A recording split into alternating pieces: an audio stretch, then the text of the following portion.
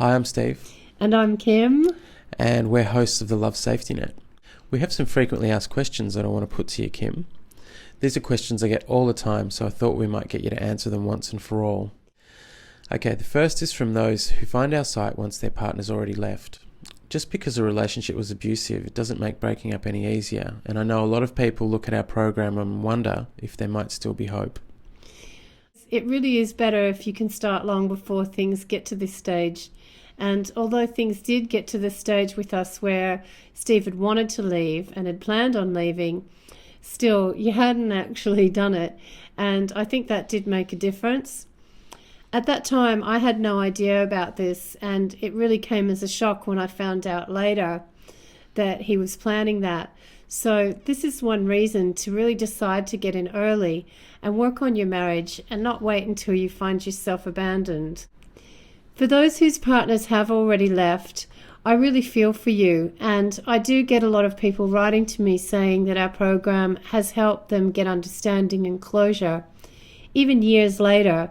So in this way, I think it is and can be beneficial, but there's no guarantee that we can help you change your partner's mind to come back. The sad truth that is, if your partner is narcissistic, they probably won't leave in the first place unless there's someone else that they're already with. On this point, what does happen often is that when they screw up their new relationship, they may end up back on your doorstep wanting another chance. And this could be because they are sorry, but it could also be because they have nowhere else to go. This can be really embarrassing and very difficult to know whether you should believe them and take them back. And in our experience, unless you make some big changes at this point, you'll probably find yourself dumped all over again. I know women and men that this has happened to repeatedly. So what this is really about is learning the relationship skills that you lack that got you into this trouble in the first place, so that you can move forward from here, whether it's with someone new or with your partner if they do decide to give it another go. Okay, and what if you have kids together? Is it best to stay or go? If you have kids together, it's really important that you work on our material and learn how to manage your partner's abusive behavior and resolve the conflict, because this is what really matters to your kids, not whether you divorce or not. If you divorce but the fighting continues unresolved, this has been shown statistically to be the worst scenario for your kids.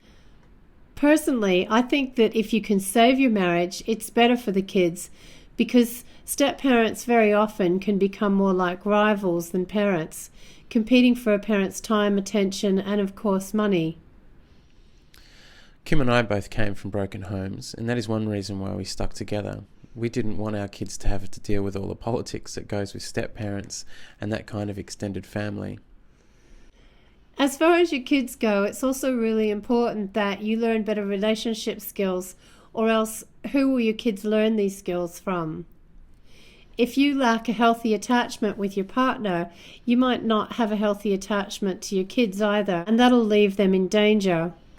Your children finding their closest attachments in their friends is not a good thing at all.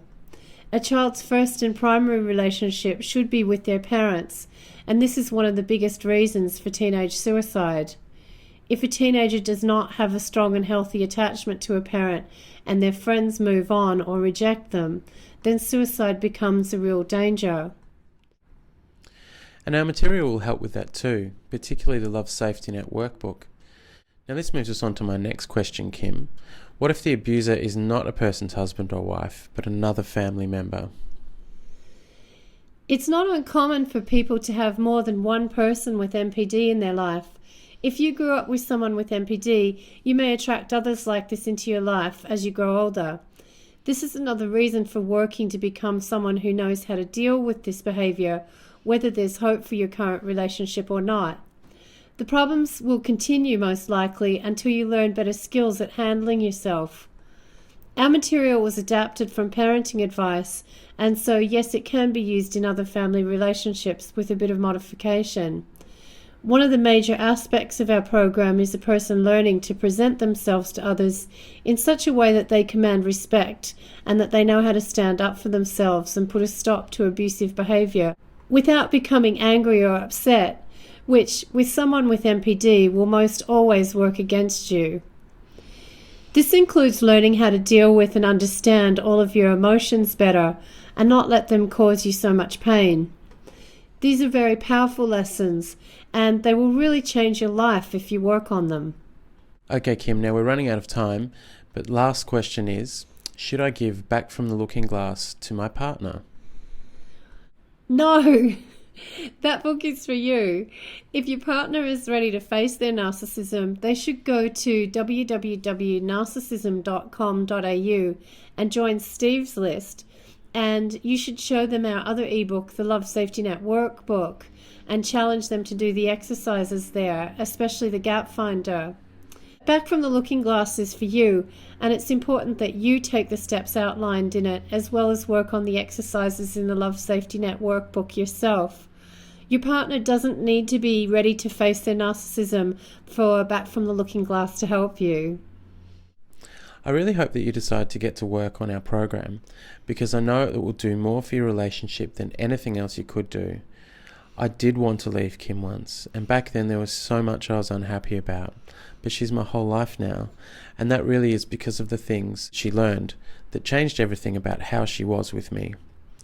I never really wanted to be close to anyone before, but now I do, so I hope that you can take Kim's challenge and get your house in order too.